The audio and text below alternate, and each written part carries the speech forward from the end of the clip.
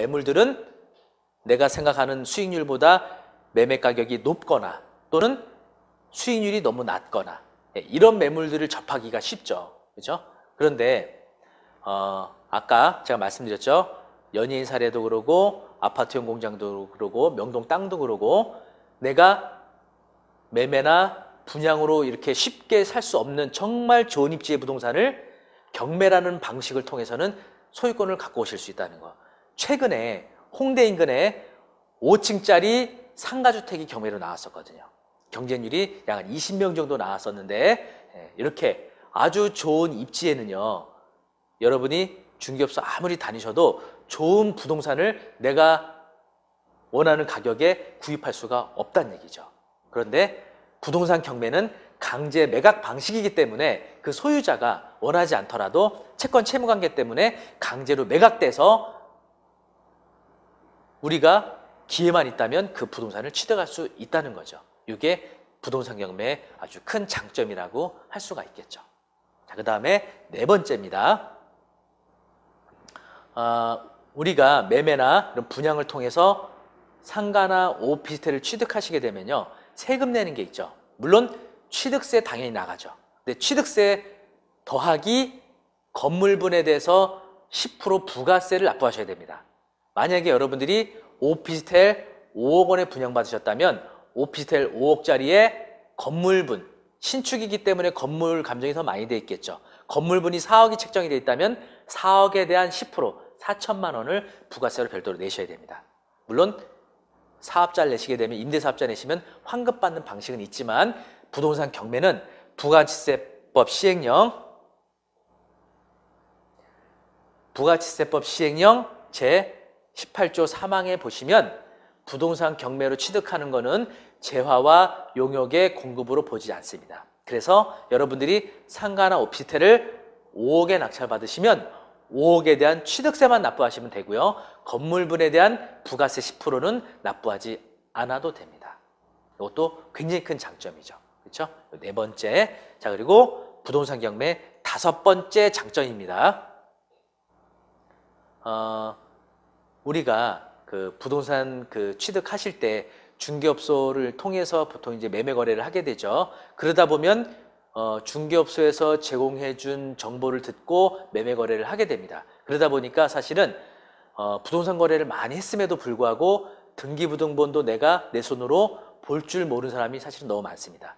물론 중개업소에서 잘 검토해주고 안전하게 진행을 해주지만 부동산 사고가 해마다 많은 사고가 나고 있거든요. 그래서 부동산 거래를 함에 있어서는 당사자 본인이 등기부등본도 명확하게 분석할 줄 알아야 되고요. 그 외 전반적인 권리관계에 대한 부분을 확인할 줄 알아야 되는데 일반 거래 매매 방식에 있어서는 그런 부분을 굉장히 소홀히 하게 되죠. 누군가를 의존하게 되니까. 근데 부동산 경매는 내가 직접 권리 분석하고 입찰을 해야 되기 때문에 스스로 권리 분석을 하게 되면서 등기부등본도 보게 되고요. 또 감정평가서라는 것도 보게 돼서 객관적인 평가도 할 수가 있게 되고요. 그 외에도 기타 지적도, 토지이용계획 확인원, 건축물리장 이런 관련된 부동산 관련된 서류들도 직접 보시게 됨으로써 부동산에 대한 법률적인 또는 보는 여러 가지 시야가 훨씬 넓어질 수가 있습니다. 그래서 경매 공부를 오랫동안 하신 분들은요. 아주 부동산 상당한 전문가 수준까지 가실 수가 있습니다. 여러분도 지금은 부동산 경매하면 좀 막연하고 어렵게 느껴질 수 있지만요. 저하고 요 강의 마지막 시간까지 공부하시게 되면 여러분 스스로가 아마 놀라시게 될 겁니다. 등기부등본도 보시게 될 거고요. 부동산과 관련된 서류들 직접 보시고 분석하는 능력을 갖게 되실 겁니다. 대신 요 강의 끝날 때까지 함께 열심히 공부하셔야 되겠죠? 자, 아직도 많이 남았습니다. 자, 여섯 번째입니다. 제주도에 큰 호재가 하나 있는데 어떤 호재가 있는지 혹시 아시나요? 성산읍에 신공항이 예정돼 있죠. 이렇게 어떤 호재가 발표하게 되면 그 일대 땅값이 어떻게 될까요? 폭등하게 되죠. 그러면 전국 각지에 있는 부동산 투자자들이 와서 땅을 사댑니다. 결국은 정부에서는 그걸 투기로 보거든요. 그래서 그거를 막아야겠죠. 그래서 그걸 막기 위해서 어떻게 하냐? 바로 토지거래 허가구역으로 묶어둡니다. 그러면 해당 주민들이 아니면 살 수 없고요. 해당 주민이라 하더라도 그 부동산 취득하기 위해서는 굉장히 까다로운 절차를 밟아야 됩니다. 바로 제주도 같은 경우도 성산읍 일대가 토지거래 허가구역으로 묶여 있는데요. 자, 여기 보세요. 국토의 계획 및 이용에 관한 법률 제121조에 보시면 부동산 경매 또는 공매를 통해서는 토지거래 허가구역에 있는 땅도 허가 없이 취득할 수 있는 예외사항입니다. 그렇죠? 자, 제주도 성산읍에 우리 경매 절차를 통해서 소유권 갖고 올 수 있습니다. 토지거래 허가 없이. 그렇죠? 자, 내일부터 한번 제주도에 있는 땅 열심히 검색해서 좋은 땅 한번 취득해 보시면 아마 좋겠죠. 자, 그리고 7번째입니다. 요거에 대해서는 아마 모르시는 분이 상당히 더 많으실 거예요. 그 농지연금이라는 게 있습니다. 혹시 들어보셨나요? 모르시는 분들이 아마 더 많으실 텐데 이 농지연금에 대한 자세한 사항은 농지연금 포털 사이트가 있으니까 그쪽으로 가셔도 되고요. 여기서 간단하게 설명을 드리면 원리는 주택연금과 흡사합니다. 농어촌 공사에서 농사를 짓는 영농인을 지원하는 연금제도입니다. 요약만 간단하게 말씀드리면요. 만 65세 이상부터 신청할 수 있고요. 영농경력 5년 이상이면 신청할 수가 있습니다. 농지여야 되고요. 그렇죠? 그래서 예를 들어서 공시지가 기준합니다. 그 농지의 가격, 공시지가 만약에 1억 기준했을 때 만 65세 농업인이 농사를 그동안 5년 동안 지어왔다. 그래서 만 65세 때 신청하게 되면 월 약 35만 원 정도를 받게 됩니다. 언제까지? 사망할 때까지. 물론 이것도 기간형이 있습니다. 5년, 10년, 15년. 기간을 짧게 할수록 연금 수급액이 더 많아지겠죠. 종신형으로 갔을 때 사망할 때까지가 약 35만 원이 나온다는 얘기입니다. 괜찮나요? 이것 때문에 지금 설명드린 게 아닙니다. 자, 농지에서 열심히 농사 지면 만 65세부터 공시지가 1억에서 월 농지연금이 35만 원이 나오는데 토지 경매랑 결합을 시키면 어떤 현상이 나타나면요. 공시지가 높은 농지를 싸게 낙찰을 받는 겁니다. 좀 극단적인 예를 들어서요. 공시지가 8억인 농지를 여러분이 만약에 3억에 낙찰을 받았다. 거기서 농사를 져서 농지연금을 신청한다. 그러면 농지연금이 월 얼마 나올까요?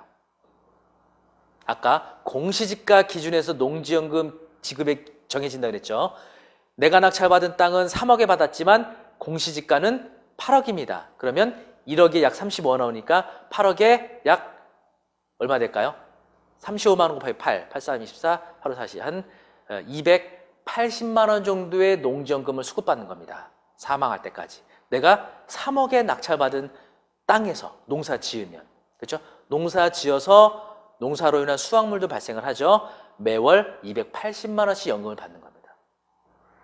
놀랍지 않습니까? 이 농지연금에 관한 거는요, 제가 별도로 강의 커리큘럼을 만들어서 여러분들께 농지연금 받는 방법에 대해서 자세하게 그때 다시 설명드리도록 할게요. 자, 놀랍지 않으십니까? 여러분, 노후 대비를 위해서 귀농을 생각하시는 분들이라면 토지 경매를 통해서 낙찰을 받으시는 겁니다. 이게 아주 괜찮습니다. 그렇죠? 자, 이게 7번째였고요. 8번째. 법정 지상권이라는 특수물건이 있거든요. 다시 말하면 건축물에는 크게 2가지가 있습니다. 우리가 많이 거주하고 있는 아파트나 빌라, 오피스텔 같은 경우를 집합건물이라고 합니다. 이 집합건물의 경우는 토지와 건물이 분리되어 있지 않고요. 토지와 건물이 일체로 되어 있습니다. 그래서 집합건물이고 집합건물법 20조에 따라 대지와 건물을 분리처분 못하게 됐습니다. 이게 그냥 딱 붙어 있는 겁니다. 그런데 단독주택, 다가구주택의 경우는 일반 건축물이라고 해서 토지와 건물의 소유자가 다르고요. 토지와 건물 중 토지만 매각되거나 건물만 매각도 가능하지만 일반 매매 거래 관계에 있어서는 그런 식으로 거래되기는 어렵죠. 보통 팔 때 토지 건물을 같이 팔겠죠. 그런데 경매를 통해서는 토지와 건물 중 토지만 경매된다든지 건물만 경매된다든지 이런 일이 생깁니다. 이때 토지만 경매 나온 걸 낙찰을 받고 나중에 법적 절차를 통해서 건물까지 싸게 취득해오는 방식이 바로 법정지상권을 이용한 투자 방식이거든요. 요거에 대해서는 여러분이 기초과정 다 마치시고 특수물건 과정으로 넘어가시게 되면 배우실 수 있습니다. 이렇게 하시게 되면 아주 굉장히 저렴한 방식으로 토지와 건물을 소유권을 취득해 올 수가 있습니다. 이게 또 경매의 8번째 장점이었죠. 자, 9번째입니다. 위례 신도시 미사지구 이런 데가 다 전매 제한이 있었거든요. 왜냐하면 분양권을 샀다 팔았다 하면서 분양권 프리미엄을 올려놓은 사람들이 생기거든요. 이런 걸 방지하기 위해서 일정 기간 동안 분양권을 팔지 못하게끔 전매 제한이라는 기간을 두죠. 그런데 바로 주택법 시행령 제73조 제2항에 보시면 전매 제한 기간 중이라도 부동산 경매 또는 공매를 통해서는 소유권 취득을 할 수 있다는 얘기죠. 그렇죠? 아까 토지거래 허가구역도 마찬가지고요. 어떤 제한 사항이 걸린 거를 뚫는 방식은 부동산 경매와 나중에 배우실 수 있는 온비드 공매라는 게 있습니다. 이 두 가지 방식으로는 이런 모든 제한 사항을 뚫고 소유권 취득할 수 있다는 거죠. 그렇죠? 자, 10번째입니다. 그 파리 대책으로 인해서 투기 가열지구 내 재건축 아파트 조합 설립 이후 여러분이 소유권 취득하시게 되면요. 조합원 지위를 승계 못하도록 해놨습니다. 다시 말하면 재건축 아파트 지금 워낙 상승폭이 크다 보니까 그걸 방지하기 위해서 조합원 승계 못하게 이런 조항을 파리 대책 때 발표했던 거거든요. 그런데 도시 및 주거환경 정비법 시행령 제30조 3항에 보시면 금융기관 신청에 의한 임의경매 또는 국세 체납으로 인한 공매의 경우에는요. 예외사항으로 소유권 취득할 수 있게 정해놨습니다. 그렇죠? 그래서 지금 투기가열 지역 내에 여러분 재건축 아파트 매매 방식으로는 조합원 지위를 취득할 수 없지만 부동산 경매 온비드 공매 방식으로는 합법적으로 조합원 지위를 여러분이 승계받을 수 있다는 거. 그렇죠? 이게 부동산 경매의 장점이었습니다. 그러면 잠깐 쉬었다가 부동산 경매의 주의사항 알아보도록 하겠습니다.